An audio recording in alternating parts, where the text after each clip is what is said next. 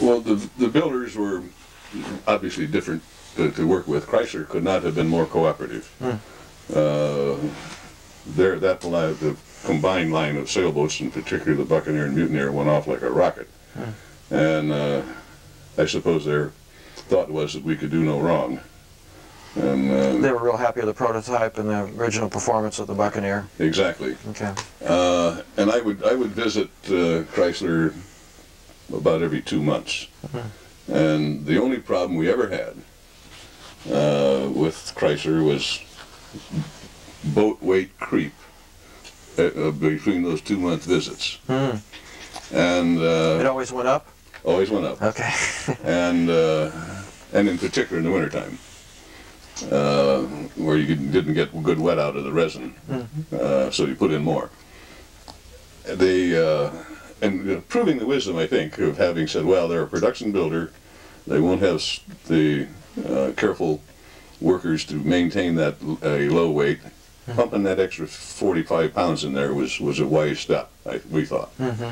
So Chrysler couldn't have been more cooperative, and their sales group were enthusiastic, and we attended a number of dealer seminars all over the country, and they paid the expenses for that, I must say. And their promotional activity was so good.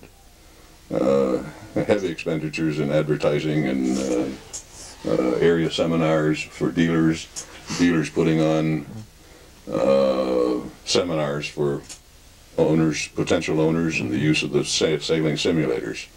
So it was a nice company to work with. Had they continued in business, you'd have probably seen 15,000 Buccaneers by now.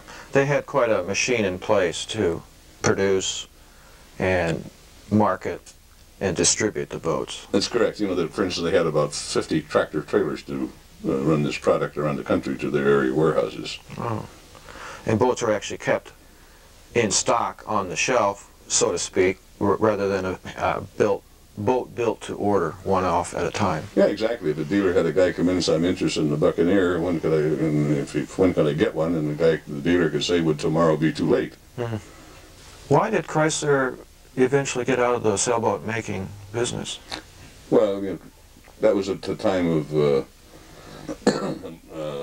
Iacocca coming into Chrysler. Around 1980. Yeah. And he had a very difficult job of rescuing a company that was essentially bankrupt. And raising cash was of paramount importance. And while the Marine Division, the boat building operation, was a profitable operation, it was a source of excellent cash because it was profitable.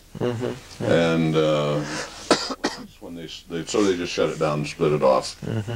Now, mind you, Chrysler was still making power boats at this time. That's correct. Inboard, outboard units, and outboard motors. Right.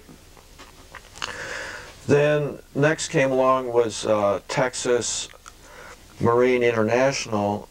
What was their relationship to the people at Chrysler? Well, TMI, the general manager or the CEO, whatever his title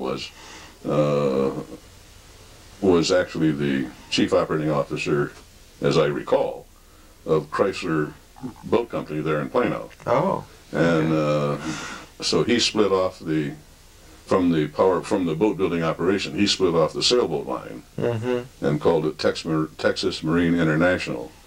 It was essentially a venture capital exercise. Really? Well, that's a more natural split than I imagined, since Chrysler decided they were going to stop building boats anyway. Yes, exactly. And then he thought, well, I'll take this part of it on myself. And what he was unable to take on, of course, was the infrastructure that permitted this growth. The area warehouses disappeared, and probably 45 of their 50 tractors disappeared. So he ended up with a manufacturing facility in Plano, probably had to downsize that a little bit, and yet none of the other infrastructure for distributing the boat, marketing the boat. That's right. And the plant was huge, and the expense of being in that plant was more expensive than the production of sailboats could justify. So it just failed. That's all there was to it.